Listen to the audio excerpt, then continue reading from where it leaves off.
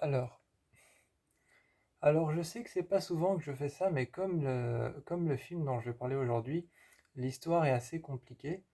Eh bien, c'est pas souvent que je fais ça, mais je vais vous lire le résumé. Euh, Londres 1974, alors qu'au Royaume-Uni se préparent d'importantes coupures d'électricité, Val, une infirmière débutante, arrive pour son premier jour au sein de l'équipe de nuit de l'hôpital délabré. La majorité des patients, la majorité des patients et du personnel ayant été évacués vers un autre hôpital, elle se retrouve presque seule dans ce bâtiment lugubre, mais derrière ces murs se cache un lourd secret qui va contraindre Val à affronter ses peurs les plus profondes et à se confondre à des forces maléfiques. Voilà. C'est pas souvent que je fais ça et que je vous lis le résumé sur le DVD parce qu'en fait, comme l'histoire était assez perturbante et que j'ai pas tout compris. Enfin, c'est pas que j'ai pas tout compris, c'est plutôt que si je devais vous expliquer l'histoire avec mes mots, j'y arriverais pas vraiment parce que parce que je trouvais que j'avais eu un peu compliqué à démarrer ma vidéo. J'avais essayé plusieurs fois, j'avais eu un peu compliqué à démarrer ma vidéo en vous expliquant avec mes mots le résumé. Donc c'est pas souvent que je fais ça, mais ça parle d'une infirmière qui s'appelle Val, qui se retrouve au sein d'un hôpital. Et au sein de cet hôpital, elle est de garde la nuit et va devoir faire face à des forces maléfiques qui se cachent dans l'obscurité, donc qui se cachent dans le noir. Euh, le film The Power dont on va parler aujourd'hui, c'est vraiment un très très bon film qui a même détrôné mon film d'horreur d'asile psychiatrique préféré. Parce que j'ai un film d'horreur que j'adore, qui est un film d'horreur d'asile psychiatrique, et The Power l'a détrôné en l'envoyant en bas de l'échelle. Vraiment, si je devais avoir une échelle de films d'horreur d'asile psychiatrique ou alors d'hôpitaux, euh, The Power serait le tout premier à être en haut de l'échelle. Et juste avant ça, c'était un autre film d'horreur, mais The Power vient d'envoyer ce premier film d'horreur en bas de l'échelle. Donc il l'a vraiment envoyé en bas de l'échelle. Pourquoi je vous explique tout de suite ma réaction par rapport à ce film. J'ai été aspiré par l'histoire. J'ai été aspiré par l'histoire. J'ai été aspiré par la manière de faire le film. Le film est maniéré de... Le film est extrêmement maniéré de manière à manier les situations, euh, qu'elles soient étranges, qu'elles soient obscènes. Vraiment, le film manie et est maniéré de manière à rendre tout très obscène et à tout rendre très très très sombre, même dans les moments où il y a de la lumière.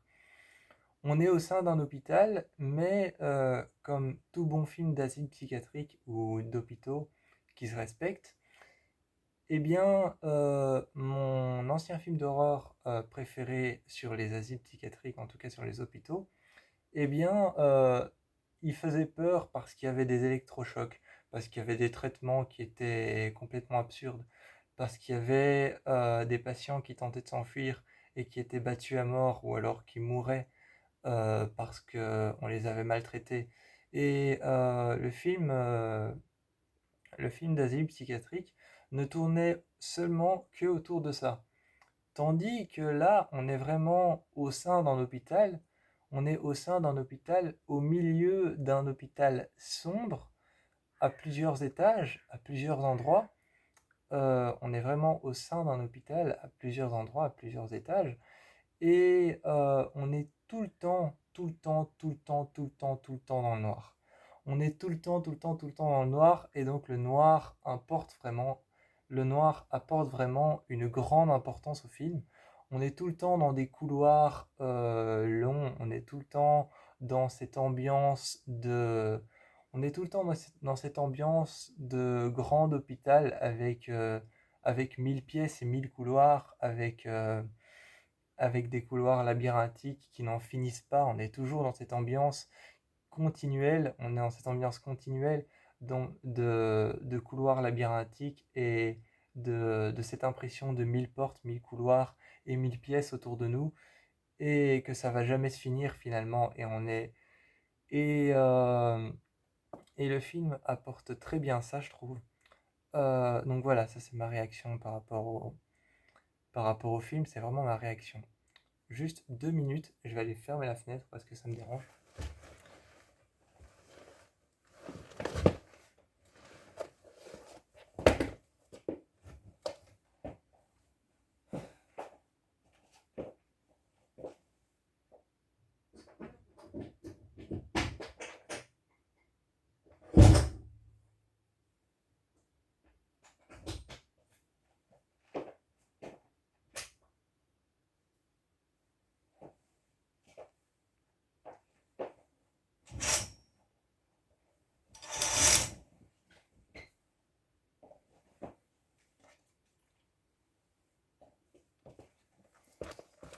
Voilà, sorry pour cette petite interruption. Euh, donc, vraiment, ouais, j'ai beaucoup aimé ce film. J'ai beaucoup aimé le film The Power. Et il a vraiment une manière d'apporter les choses auxquelles tu ne t'y attends pas. Déjà, la toute première scène nous met en haleine vraiment dans le film.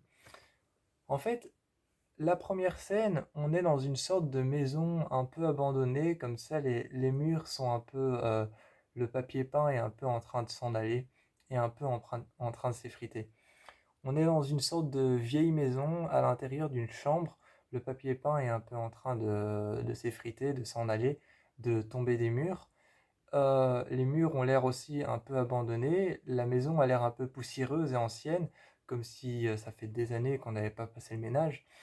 Et, euh, et il y a Valérie, qu'on appelle Val dans le film, qui est en train de dormir sur un lit et ensuite elle se lève en sursaut, elle se saisit, elle se relève en sursaut et tu vois qu'elle va à une armoire à côté, près de la fenêtre, elle allume une lumière, elle ouvre la fenêtre, elle va à une autre armoire près d'un mur et elle allume la lumière, puis elle va près elle va près de la porte, près d'une autre petite armoire où elle allume une petite lumière et elle va juste devant la porte et à côté, elle allume une grande lumière et tu la vois faire tout un détour d'armoire en armoire pour allumer des lumières. Et elle se réveille comme ça. Tu sais pas si c'est au beau milieu de la nuit ou tu sais pas si c'est le matin, mais elle ouvre, elle ouvre les rideaux et elle allume toutes les lumières. Et puis après, t'as la présentation du titre qui arrive et j'aime bien la présentation du titre parce que le titre arrive en une lumière très jaune, très vive, limite presque blanche, et t'entends les tintements d'une lumière qui commence un peu, d'une lampe qui commence un peu à lâcher, t'entends les tintements de l'électricité juste derrière, et la lumière qui éclaircit un peu le titre. Et le titre est complètement dans le noir. Et donc, je trouvais que c'était un bon commencement pour le film parce que justement, on nous présente une fille qui a peur du noir et qui est seule dans sa chambre et qui allume toutes les lumières pour ne plus être dans le noir. Et, euh, et vraiment, c'est un film qui apporte des situations. C'est un film qui apporte des situations qui sont étranges, mais aussi c'est un film qui va apporter des situations qui sont très étranges, mais sur lesquelles finalement tu vas venir te poser plusieurs questions. Tu vas venir te poser plusieurs questions. Il y a une situation, par exemple, un moment, tu as Val qui passe au travers d'une fenêtre. Elle passe au travers d'une fenêtre, tu as la fenêtre qui explose et tu vois Val qui tombe par terre. Et la question qu'on va se poser à ce moment-là, c'est qu'est-ce qui l'a poussé? qu'est-ce qui était là avec elle, qu'est-ce qui a fait, comment est-ce qu'elle a pu passer à une fenêtre qui était à quelques mètres du sol alors que elle était par terre, la scène d'avant. Comment est-ce qu'elle a pu passer par cette fenêtre comme ça en éclatant la fenêtre? Comment est-ce qu'elle a pu y passer au travers alors que la fenêtre est à quelques mètres au-dessus du sol et que elle était par terre et que la scène d'avant, elle entendait des cris et elle se bouchait les oreilles, elle mettait ses mains sur ses oreilles pour plus entendre les cris. Et qu'est-ce qui a fait en sorte de la surélever et de la faire passer au travers de la vitre? Et t'as des scènes aussi très troublantes où t'as Val qui arrive et elle a l'air totalement ailleurs et elle arrive derrière un personnage du film et et justement, ce que j'ai beaucoup aimé dans ces scènes troublantes où t'as Val qui arrive derrière un personnage du film sans rien faire, déjà c'est une situation très dérangeante et très terrifiante de voir un personnage comme ça arriver un peu ailleurs et de regarder vers le bas et arriver vers quelqu'un. Et la réalisatrice du film, parce que pour une fois c'est une réalisatrice et pas un réalisateur, la réalisatrice du film, ce qu'elle a fait, c'est que pour rendre la scène encore plus inquiétante et encore plus, et encore plus effrayante, c'est que Val arrive derrière, complètement à l'ouest et complètement ailleurs, mais tout flouté en fait. Elle arrive tout floutée et plus elle va se rapprocher, plus l'image derrière, donc Val, va devenir beaucoup plus nette.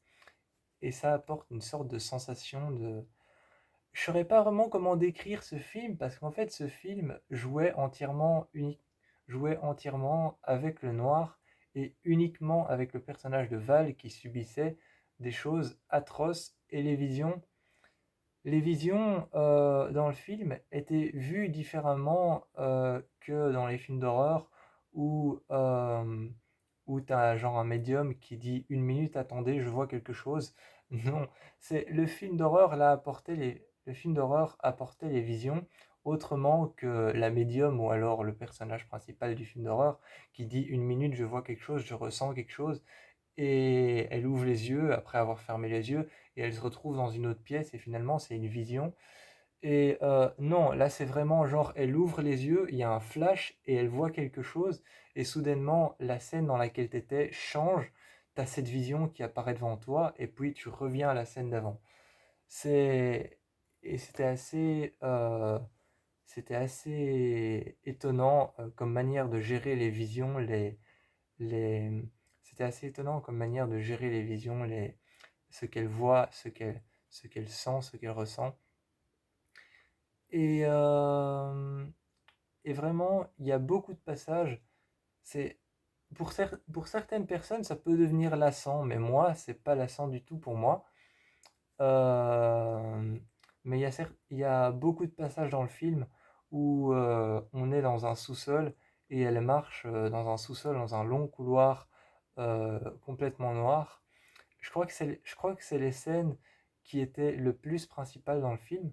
C'est les scènes où elle marchait dans un long couloir obscur, un long couloir noir, dans lequel il n'y avait vraiment pas de lumière. Et elle marchait et elle avait cette lampe à pétrole et cette lampe à gaz en main et elle marchait. Et, justement, elle avait juste la lampe à côté d'elle. Mais le simple fait de faire marcher quelqu'un dans un couloir noir la nuit, pendant un service de nuit dans un hôpital, avec une lampe à pétrole, tout le long d'un couloir, comme ça rend une impression de il y a quelque chose de dangereux. Et c'est ça que j'ai bien aimé.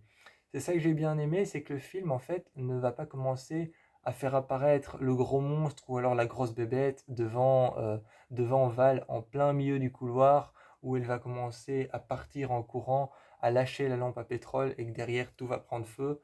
Non, elle marche dans le couloir, elle est seule, elle est inquiète, elle a cette lampe à gaz à côté d'elle ou alors une lampe à pétrole, je sais plus, et elle marche, et, euh, et finalement, toi, tu as cette sorte d'adrénaline à l'intérieur, à l'intérieur de toi, tu as cette sorte d'adrénaline en tant que spectateur, parce que tu te demandes finalement est-ce qu'elle va arriver au bout du couloir indemne. Et, euh, et les passages qui font peur ne font pas vraiment les passages qui font peur ne font pas vraiment si peur que ça. Enfin, si, ils font peur, mais c'est plus des choses qui font peur, mais auxquelles tu vas te demander qu'est-ce que c'était. Tu vas te demander qu'est-ce que c'était, qu'est-ce qui a fait ça, qu'est-ce qui a provoqué ça. À un moment, elle a ce voile que portent les novices, elle a ce voile, un voile blanc que portent les novices, à un moment, elle va voir dans une sorte il y a une sorte de petit hall à l'intérieur duquel il y a des draps, donc des draps de lit, des couvertures et plein d'autres choses. Donc il y a des essuies, des couvertures, des draps de lit à l'intérieur de ce petit hall. Et elle va voir, une minute, elle regarde comme ça, et il fait noir et elle n'allume pas la lumière. Et juste, elle regarde vers le haut et elle regarde le plafond qui est plongé dans le noir au-dessus d'elle.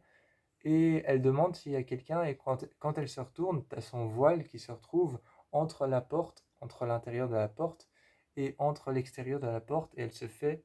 Et tu vois son voile qui bouge, tu vois son voile qui bouge un petit peu comme s'il avait été tiré vers l'arrière.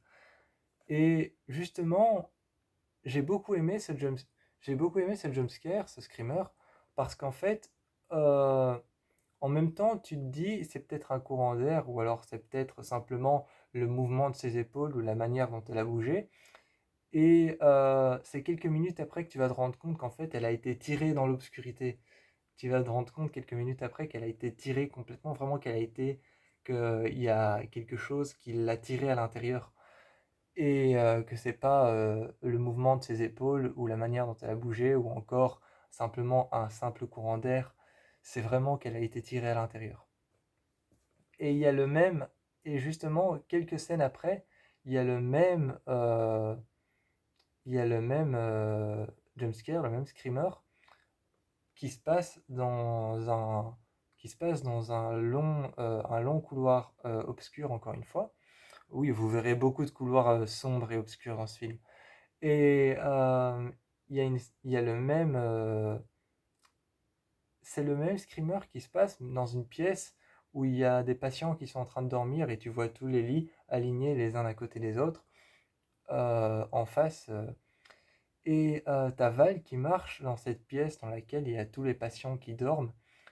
Et ce qui rend déjà la scène terrifiante, c'est que les patients, leurs lits sont mis dans une pièce sombre et les fenêtres sont pas protégées par des rideaux pour donner une impression de noir. Les fenêtres sont simplement sans rideaux et il fait nuit dehors. Et donc ça déjà c'est quelque chose de beaucoup mieux. On met pas des rideaux comme ça pour commencer à faire on va mettre la pièce dans le noir, ça va faire peur. Non, les rideaux, il y en a pas. C'est juste des pièces avec des grandes baies vitrées ovales qui sont sans rideaux et il fait nuit dehors. Et les patients qui sont dans cette grande pièce, ce dortoir, eh bien, leurs lits, ils sont dans le noir. Et il y a à chaque fois une petite lampe, genre une petite lampe avec une ampoule un peu jaunâtre qui fait une lumière un peu jaune au-dessus du lit des patients, mais c'est une lumière pas très forte. Et donc, dans le noir, tu as cette lumière très belle qui montre chaque fois les lits des patients, les uns à côté des autres, et qui montre dans le dortoir chaque lit de patient qui est un peu éclairé par cette lumière. Et juste à ce moment-là, t'as Val qui va voir un patient, et t'as le patient qui a un masque d'oxygène, et tu l'entends respirer très fort, et tu vois son buste bouger. Et rien que voir ce patient dans le coma, ce vieil homme dans le coma, avec son buste qui respire comme ça, et eh bien, c'est quelque chose de déjà très dérangeant en fait. C'est quelque chose de très dérangeant de voir un patient dans le coma. De voir un patient dans le coma qui respire encore et son buste qui bouge comme ça. Et finalement, t'as Val qui s'approche de lui et il ouvre les yeux Et c'est encore une fois quelque chose de très dérangeant. Encore une fois, c'est quelque chose de vraiment très dérangeant, je trouve.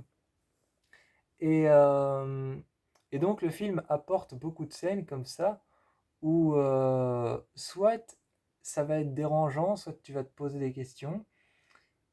Et, euh, et à un passage, donc je reviens sur ce passage où elle se fait tirer vers l'arrière, un moment elle va voir un patient et elle est au milieu de ce dortoir, et elle se fait complètement tirer à travers tout le dortoir, elle se fait tirer mais elle se fait tirer vraiment violemment, quoi, à tel point qu'elle en touche plus le sol.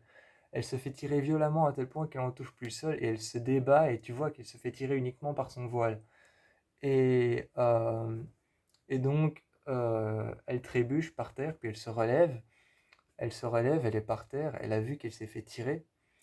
Et elle va là où les infirmières se mettent, elle va dans le petit cote là où les infirmières se mettent pour pouvoir faire la fiche technique d'un patient ou alors pour pouvoir faire une ordonnance médicale. Elle va dans ce petit cote et elle s'y installe pour pouvoir lire les dossiers des patients qu'elle doit surveiller la nuit. Et quand elle s'y installe, elle allume une bougie pour aller voir justement là où elle s'est fait tirer. Et elle va voir avec cette bougie. Et il y a un jumpscare que j'ai adoré. C'est elle va voir avec cette bougie. Et elle regarde un peu autour d'elle. Et t'as vraiment la flamme de la bougie qui s'éteint. T'as la flamme de la bougie qui s'éteint, mais t'entends le souffle de quelqu'un qui souffle sur la bougie. T'entends vraiment le bruit de quelqu'un qui souffle sur la bougie, la flamme qui s'éteint, et tu vois pas la fumée, genre la bougie qui s'éteint et la fumée part vers le haut, mais la bougie qui s'éteint, la flamme qui part sur le côté, et la, la fumée de la bougie qui s'éteint, qui part sur le côté comme ça, vraiment, donc vraiment comme si on avait soufflé sur la bougie. Et ça, j'ai bien aimé parce que c'est comme s'il y avait quelque chose devant elle qu'on ne voyait pas qui avait éteint ce truc. Et donc, vraiment, tous les jumpscares de ce film, tu peux te poser plein de questions, genre, qu'est-ce qui a fait ça? Et finalement, quand tu te rends compte qu'il y a une patiente qui était... Quand tu te rends compte qu'il y a une patiente, une plus jeune patiente, qui était là autrefois dans cet hôpital, et qui a un nom, je sais plus comment elle s'appelait. Je sais plus comment elle s'appelle, je crois qu'elle avait un nom en particulier, mais je sais qu'on l'appelait la Crado. Et parce elle avait une hygiène qui était déplorable. Elle avait une hygiène qui était déplorable, donc on l'appelait la Crado. Et il y a quelque chose qui s'est passé avec elle, et elle en veut à une autre patiente que Val protège, une jeune, euh, une jeune immigrée, je pense. Je pense que c'est une jeune immigrée, une jeune indienne qui est là dans cet hôpital et qui est une jeune patiente. Et elle n'arrête pas de dire que cette fille, la Crado, lui en veut. Et, euh, et donc, quand tu te rends compte de ça, tu te dis, ah enfin, j'ai le déclic, j'ai ce qui déclenche tout ça, c'est elle qui fait ça depuis le début. Et toutes les questions qui étaient restées sans réponse sont maintenant avec une réponse. C'est qu'il y a un esprit dans cet hôpital qui fait qu'elle lui fait faire tout ça, qui a essayé de la tirer à l'intérieur, qui a tiré sur son voile, qui a soufflé sur la bougie, qui a fait apparaître des ombres. Et aussi, le film se sert beaucoup du décor d'un hôpital pour pouvoir faire peur et essaye pas d'introduire des choses. En fait, le film essaye pas d'introduire des choses dans l'histoire, dans le film. Donc le film essaye pas d'introduire genre un gros fantôme ou un gros monstre dans l'hôpital. Il va juste se servir des... Un moment, il y a une grande salle dans laquelle il y a les machines à laver et les sèche-linges, donc pour sécher les draps des lits et tout ça, et les laver. Donc, euh, donc il y a cette grande pièce avec les machines à laver, les sèche-linges, et il y a plein de draps de lit qui pendent, et Val se retrouve au milieu des draps de lit avec une silhouette d'une jeune fille qu'elle voit passer plusieurs fois, et elle la poursuit dans les draps. Finalement, au milieu d'une, elle se retrouve au milieu d'une centaine de draps, et quand elle essaye de partir de là, quand elle essaye de sortir de là et qu'elle veut sortir des draps, finalement, elle se rend compte qu'elle est au milieu d'une centaine de dracs, qu'elle est en plein milieu d'un piège et qu'elle a été piégée. Donc le film se sert vraiment des décors d'un hôpital pour faire peur, mais mais pas de l'hôpital comme l'endroit dans lequel tout va se passer. Parce que certains films d'horreur d'asile ou d'hôpitaux, l'hôpital, c'est simplement le lieu dans lequel tout va se passer. Ensuite, il y aura un gros monstre qui va arriver, ou alors un fantôme, un esprit, un démon qui va venir foutre le bordel. Là, dans le film de Power, on est vraiment sur des grandes salles noires ou alors des dortoirs avec des respirations et des patients qui sont sous respirateur, sous respirateur et tentant leur respiration, et certains patients qui sont dans le coma et qui sont sous respiration artificielle et tentant la respiration artificielle dans la nuit comme ça et ça fait peur. Et donc c'est vraiment un film qui sert des décors et uniquement des décors et des situations dans lesquelles elle se trouve pour faire peur. Donc oui, vraiment, je vous encourage à aller voir The Power, qui est un excellent film. Pour une fois, c'est un film c'est un film qui a été fait par une réalisatrice et la réalisatrice s'appelle Corinna Fates. Donc voilà. Et si je me trompe pas, vous retrouvez Rose Williams qui a joué dans Les Bridgerton sur Netflix euh, en premier.